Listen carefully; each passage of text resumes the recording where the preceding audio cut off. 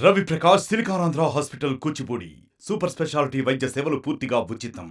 ఈరోజు రహదారు భవనాల శాఖ అదేవిధంగా పోర్ట్స్ అండ్ ఎయిర్పోర్ట్స్ అన్నిటికీ కూడా సంబంధించినటువంటి శాఖలకు కూడా ఈరోజు ఛార్జ్ తీసుకొని ఇక్కడ ఆఫీసులో ఛార్జ్ తీసుకోవడం జరిగింది. గౌరవ ముఖ్యమంత్రి శ్రీ నారా చంద్రబాబు నాయుడు గారి బాధ్యతతో నాకు ఒక బాధ్యతను ఒప్పజెప్పారు. గౌరవనీయులైనటువంటి ముఖ్యమంత్రి గారి బాధ్యతలు చెప్పినాడో అవన్నీ కూడా సక్రమంగా చేసి ఈరోజు ఈ యొక్క ప్రతి కార్యక్రమాన్ని దిగ్విజయం చేస్తానని ప్రమాణం చేస్తూ ఉన్నాను. మా తెలుగుదేశం ప్రభుత్వం హయాంలో 2014 నుంచి 19లో రహదారులు మరియు భవనాల శాఖకు 14,900 కోట్ల రూపాయల బడ్జెట్ కేటాయించడం జరిగింది. ఇందులో 12,000 కోట్ల రూపాయలకు పైగా ఖర్చు చేయడం జరిగింది. అంటే బడ్జెట్లో 80% ఖర్చు చేయడం జరిగింది. 2014 నుంచి 19 వరకు మేము చేసినటువంటి ఖర్చు అది. గడిచిన వైసీపీ ప్రభుత్వంలో అంటే 2019 నుంచి 24 వరకు ఈ యొక్క R&B శాఖకు 19,428 కోట్ల రూపాయలు బడ్జెట్ కేటాయించారు. ఇందుకు గాను కేవలం ఖర్చు పెట్టింది 9,000 కోట్ల 15. అంటే కేటాయించిన బడ్జెట్లో కేవలం 46%. అంటే తెలుగుదేశం ప్రభుత్వంలో 80% మేము చేస్తే వైఎస్ఆర్ ప్రభుత్వం వచ్చిన తర్వాత కేవలం 46% మాత్రమే చేయడం జరిగింది. అందువల్లే ఈరోజు రాష్ట్రంలో ఎక్కడికి వెళ్ళినా బయట నుంచి కూడా ఇతర వాళ్ళు ఎక్కడైనా వేరే స్టేట్ల నుంచి కూడా ఎవరైనా పరిశ్రమలు రావాలంటే పారిపోవడం జరుగుతూ ఉంది. అదేవిధంగా రహదారులన్నీ కూడా గుంతలమయమయ్యాయి. మొట్టమొదటిసారిగా మా ఇంజనీర్లందరినీ కూడా పిలిచి ఏవైతే పార్ట్ హోల్స్ ఉన్నాయో వాటికి బడ్జెట్ వేయండి అన్ని ఇన్ఫర్మేషన్ తెచ్చుకోమన్నప్పుడు మా అధికారులు చెప్తే ఆశ్చర్యపోయాను. సార్ మీరు చెప్పేంతవరకు పార్ట్ హోల్స్ కొన్ని వరకు మేము చేయగలుగుతాము, రోడ్లే లేకపోతే ఏం చేయాలని అడుగుతూ ఉన్నారు. అంటే రోడ్లే లేకుండా చేయడం జరిగింది ఈ యొక్క ప్రభుత్వంలో. కనీసం గుంతలు ఎక్కడైనా రోడ్డు ఉంటే మేము గుంతలు పుడుస్తాము చేస్తాము, రోడ్లే లేకుండా చేయడం జరిగింది. అదేవిధంగా గత ప్రభుత్వంలో చేసినటువంటి కాంట్రాక్టర్లకు కూడా 2,261 కోట్ల రూపాయలు ఇంకా కాంట్రాక్టర్లకు ఇవ్వవలసిన బాధ్యత మళ్ళీ మా మీదకే రావడం, మమ్మల్ని ఇబ్బందులకు నెట్టడం కూడా జరుగుతూ ఉంది. ఇప్పుడు ఎవరైనా కాంట్రాక్టర్లు కూడా చాలామందిని పిలిచి ఎందుకు ఈ పనులు చేయకుండా ఉన్నారు, చేయండి అని రిక్వెస్ట్ చేస్తే కూడా గత ప్రభుత్వం మీద నమ్మకాలు పోయినాయి. ఇటువంటి పరిస్థితుల్లో మేము ఆత్మహత్యలు చేసుకోవడమే తప్ప మాకు వేరే లేదు అక్కడ. కాబట్టి మేము రావాలంటే భరోసా కల్పించండి మాకు అని వారందరూ కూడా కొంతమంది కాంట్రాక్టర్లు నేను పర్సనల్గా కలిసినప్పుడు చెప్పడం జరిగింది. ఏది ఏమైనా కానీ కూడా ఈ యొక్క పరిస్థితిని చక్కదిద్దడానికి కొద్ది సమయం పడుతుంది. ముఖ్యంగా ఏవైతే హోల్స్ కానీ ఇంకా కానీ ఎస్టిమేషన్లు అవన్నీ కూడా తీసుకుంటా ఉన్నాం. ముఖ్యంగా జాతీయ రహదారులు వచ్చేసి 8,164 కిలోమీటర్లు మన ఆంధ్రప్రదేశ్లో ఉన్నాయి.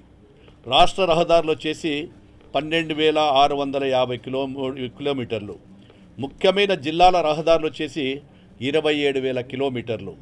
గ్రామీణ రహదారులు వచ్చేసి మా శాఖలో 5,663, మొత్తం 53,542 కిలోమీటర్ల వరకు ఈ యొక్క R&B శాఖ ఆధీనంలో ఉండేటువంటి రహదారులు ఇవన్నీ కూడా రాష్ట్రంలో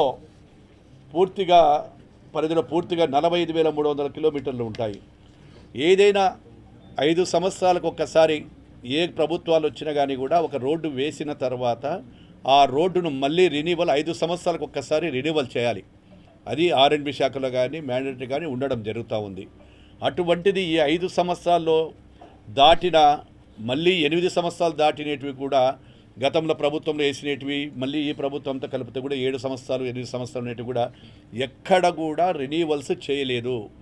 రెన్యువల్ చేయనటువంటివి 32,669 కిలోమీటర్లు నిర్వహణ చేయవలసినటువంటి బాధ్యత ప్రభుత్వం మీద మా దగ్గర ఉంది. రహదారుల ప్రాధాన్యతను బట్టి అక్కడ వాడే విధానాన్ని బట్టి ప్రతి 5 సంవత్సరాలకు ఒక్కసారి వాటిని రెన్యువల్ చేస్తారు. మా ఇంజనీర్లు కానీ ప్రణాళికలు తెప్పించుకొని జరుగుతూ ఉంది. అదేవిధంగా గత ప్రభుత్వంలో నిధులు మంజూరు చేయని కారణంగా 22,000 కిలోమీటర్లు అధ్వాన పరిస్థితుల్లో ఈ యొక్క గ్రామాలలో కానీ రహదారులు కానీ స్టేట్ హైవేస్ కానీ మిగతా రహదారులు కూడా నిలవడం జరిగిపోయింది. అదేవిధంగా ప్రస్తుతం 9,080 కిలోమీటర్ల రోడ్లు అధ్వాన స్థితిలో అంటే ప్రయాణం చేయడానికి కూడా ఇబ్బందులు పడే పరిస్థితుల్లో ఉన్నాయి. వాటన్నిటిని కూడా వేరే విధాలుగా ఇవి యొక్క లోన్స్ తీసుకొని రావడము ఇవన్నీ చేయాలని కూడా మా ఇంజనీర్లు మా అధికారులందరూ కూడా చేస్తూ ఉన్నారు. అదేవిధంగా దెబ్బతిన్న రహదారులకు మా యొక్క గౌరవ ముఖ్యమంత్రి గారు చెప్పినట్టు విధంగా 284 కోట్లతో ప్రతిపాదనలు కూడా రెడీ చేశాము. ఈ ప్రతిపాదనలన్నీ కూడా రేపు బడ్జెట్ సమావేశాలలో పెట్టి వారి అప్రూవల్ తీసుకునే వెంటనే, ఎందుకంటే వర్షాకాలం కూడా ఉంది, ఆ వర్షాల వల్ల ఇప్పుడు మొదలు పెడితే మేము వేసేటువంటి ఈ 300 కోట్ల రూపాయలు కూడా దగ్గర అవి వేరే విధంగా ఉపయోగపడకుండా పోతుందేమని చెప్పి అధికారులు కూడా చెప్పడం జరుగుతూ ఉంది. ఏదైనా నిపుణుల ఇంజనీర్లను కానీ వీళ్ళ అధికారుల సూచనల ప్రకారము ఆ యొక్క పార్ట్ హోల్స్ గుంతలు పడినటువంటి వాటిని అన్నిటిని కూడా త్వరలోనే బాగు చేస్తామని కూడా తెలియజేస్తూ ఉన్నాము. ముఖ్యంగా గత ప్రభుత్వంలో అదేవిధంగా గత ప్రభుత్వంలో రహదారులకు ఈ యొక్క పార్ట్ హోల్స్ కానీ దీనికి కానీ 350 కోట్ల రూపాయలు కాంట్రాక్టర్లకు ఇవ్వవలసిన బాధ్యత ఉంది. అది 350 కోట్లు కూడా ఇవ్వకపోవడం వల్ల గత ప్రభుత్వంలో పేపర్లో కూడా మీరందరూ కూడా మీడియా మిత్రులు చూశారు, ఎక్కడైనా ఆ యొక్క కాంట్రాక్టర్ని పిలిస్తే ముందుకు రావడం లేదు. మా గౌరవ ముఖ్యమంత్రి గారితో మాట్లాడి వారికి ఏదైనా ఒక భరోసా ఇప్పించి ఈ ప్రభుత్వం మీకు న్యాయంగా ఖచ్చితంగా చెల్లింపులు చేస్తుంది. సిఎఫ్ఎంఎస్లో కూడా వారు ఏమంటే పని చేసినటువంటి కాంట్రాక్టర్లను కూడా ఎంత దుర్మార్గంగా ప్రవర్తించారంటే ఈ గత ప్రభుత్వంలో చేసినటువంటి పనులను కూడా ఆఖరికి వారు చేసినటువంటి పనులు కూడా బిల్లులు సిఎఫ్ఎంఎస్లో ఎక్కించకుండా లేకపోవడం వల్ల ఈ డబ్బులు వస్తాయా రావా, ఎందుకంటే అధికారుల మీద అభిమానంతోనో లేకుంటే ప్రజాభిమానంతోనో కొంతమంది చిన్న కాంట్రాక్టర్లందరూ కూడా ఖచ్చితంగా కూడా ఈ యొక్క పనులు చేయడం జరిగింది. ఎందుకంటే చిన్న కాంట్రాక్టర్ల జీవితాలు చాలా ఇబ్బందికరంగా ఉంటాయి. వాటిని కూడా దృష్టిలో పెట్టుకొని గౌరవ ముఖ్యమంత్రి గారికి నేను తెలియజేయడం జరుగుతుందని చెప్తా ఉన్నాను. ఏదైతే మనకు ఎన్డీబీ అంటే న్యూ డెవలప్మెంట్ బ్యాంక్, వాటి ద్వారా కూడా రావాల్సిన 6,400 కోట్లతో 2 ప్రాజెక్టులు మంజూరైనాయి. దానికి గాను 70% 30% ప్రపోర్షనేట్లో మనం ఇవ్వాలి.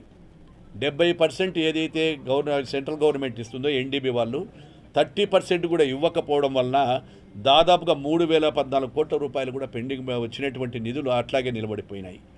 510 కోట్ల రూపాయల నిధులు అక్కడ నుంచి వస్తే వాటిని కూడా గత ప్రభుత్వంలో వాళ్ళందరూ కూడా ఆ నిధులు పక్కదారి పట్టించడం వలన ఎక్కడ కూడా అధికారులు కూడా ఏమీ చేయలేనటువంటి పరిస్థితులు ఉన్నాయి.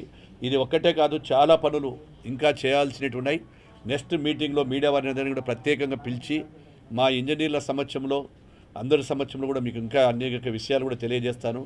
అదేవిధంగా ఇప్పటికే చాలామంది మన కోసం వచ్చినటువంటి వెయిట్ చేస్తూ ఉన్నారు.